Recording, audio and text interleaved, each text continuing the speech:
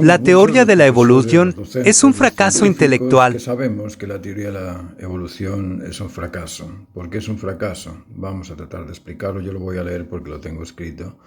Y para que no se me quede ninguna palabrita fuera, pues voy a decirlo todo. La falsa teoría de la evolución. Antes de responder a este postulado teórico, a la teoría de la evolución, se deben comprender las bases fundamentales de la estructura de la creación. Cuando comprendes las bases fundamentales de la estructura de la creación, puedes darte cuenta de cómo se transforman las cosas, cómo se crean las cosas, porque eso de la transformación espontánea es muy bonito decirlo, pero a ver cómo lo demuestras. Toda relación se basa en el atractivo. Esta es una de los pilares de la creación. No existe ninguna cosa creada que no haya sido previamente estimulante, previamente interesante, previamente pretendida. Luego, toda relación se basa en el atractivo. Crear es una relación entre una intención y algo intencionado, acorde con el principio de causa y efecto, principio de correlatividad, base fundamental de la ciencia. Es decir, este principio de que toda causa es a su efecto y que todo efecto es correspondiente a la causa, eso permite a la ciencia deducir, si no, no podrían, o inducir, si no, tampoco podrían. No se podría afirmar algo que es cierto si no existe la correlatividad, concordia o semejanza entre un criterio y un significado. Eso se debe al principio de correlatividad o de causa y efecto. Todo acto se debe a la razón que lo justifica necesario. Todo acto se debe a la razón que lo justifica necesario. Piensa en eso.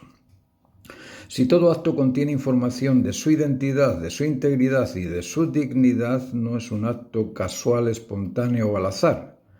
Es el producto resultante de una razón que justifica su existencia, su porqué y su para qué. Consecuentemente, la razón de ser justifica su necesidad originaria, y esa necesidad es la suma de intención, selección y poder.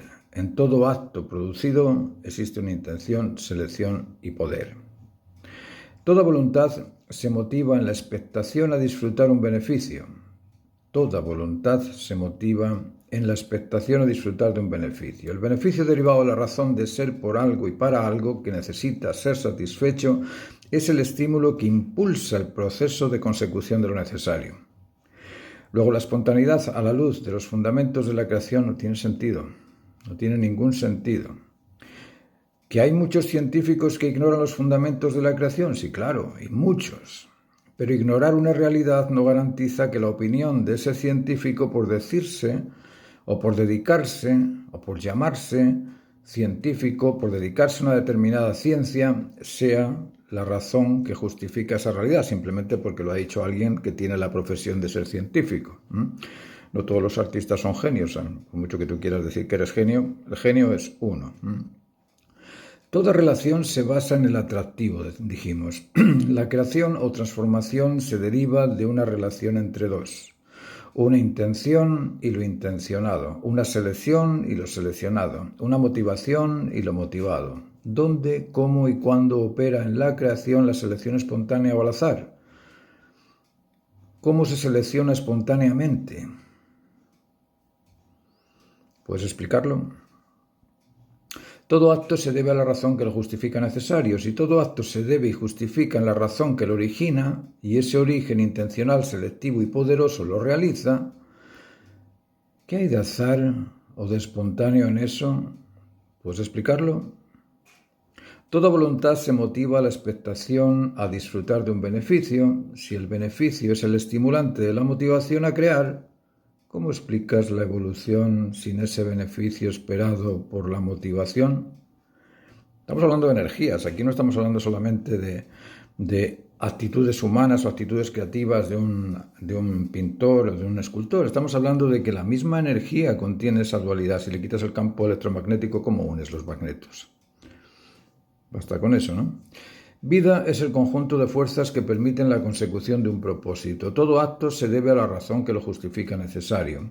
Genoma es la información contenida en una entidad o célula para el desarrollo progresivo de su finalidad específica, de donde se deriva la comprensión de una secuencia progresiva en pro del establecimiento de una finalidad específica en su identidad, integridad y dignidad. Consecuentemente, la evolución por azar o generación espontánea no tiene ningún sentido, puesto que la generación es consecuente con la información contenida en el genoma. Cuando comprendemos esto, cuando nos damos cuenta de que todo en la naturaleza ha sido creado con una finalidad específica, cuando nos damos cuenta de que mi huella dactilar es única y no hay más, cuando nos damos cuenta de que cualquier hoja de pasto en la naturaleza es única y no hay dos hojas de pasto iguales, cuando nos damos cuenta de que las piedrecitas de la playa son únicas y no encuentras dos piedrecitas igual, cuando nos damos cuenta de la unicidad, ¿puedes pensar en algo casual espontáneo? ¿Es posible pensar en algo casual espontáneo cuando veis, no sé, en la composición? Nosotros usamos la composición áurea, y cuando te fijas en la composición áurea, imagínate la cantidad de cosas que están hechas de acuerdo con el patrón de la composición áurea. ¿Es eso espontáneo? ¿Es eso casual? ¿Es eso al azar?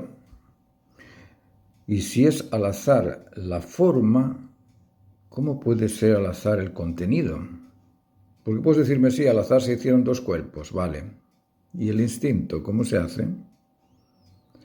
El instinto es la naturaleza directiva inherente en cada cuerpo. Es la naturaleza directiva de todos los animales, de todas las plantas, de todos los átomos, moléculas, partículas, células, de todo el sistema operativo del cosmos. Todo ese sistema operativo está o se debe a la ordenanza que lo ordena, porque cosmos es un orden, pero para que se ordene ese orden necesitas una ordenanza que lo ordene. Esa ordenanza que existe en todo es un atributo de valor. Por eso las cosas existen, porque valen para esa cadena trófica, porque valen en alguna posición de esa cadena trófica para ordenar el sistema o ordenar los sistemas, ¿no?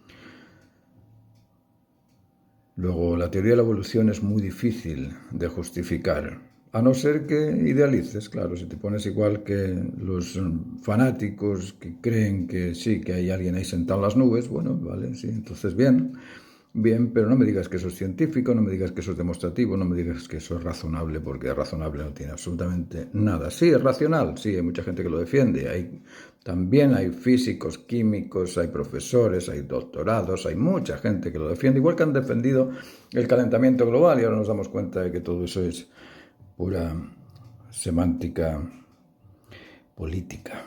Nada más que pura semántica política, que lo usan muy bien los políticos, pero ¿algún político conocéis que sea científico, que sea un laureado Nobel? ¿Habéis visto algún científico laureado Nobel que se dedique a la política? No, ¿por qué? Porque para ser político necesitas seguirte de las estadísticas, no de la razón, no de la verdad, solamente de las estadísticas.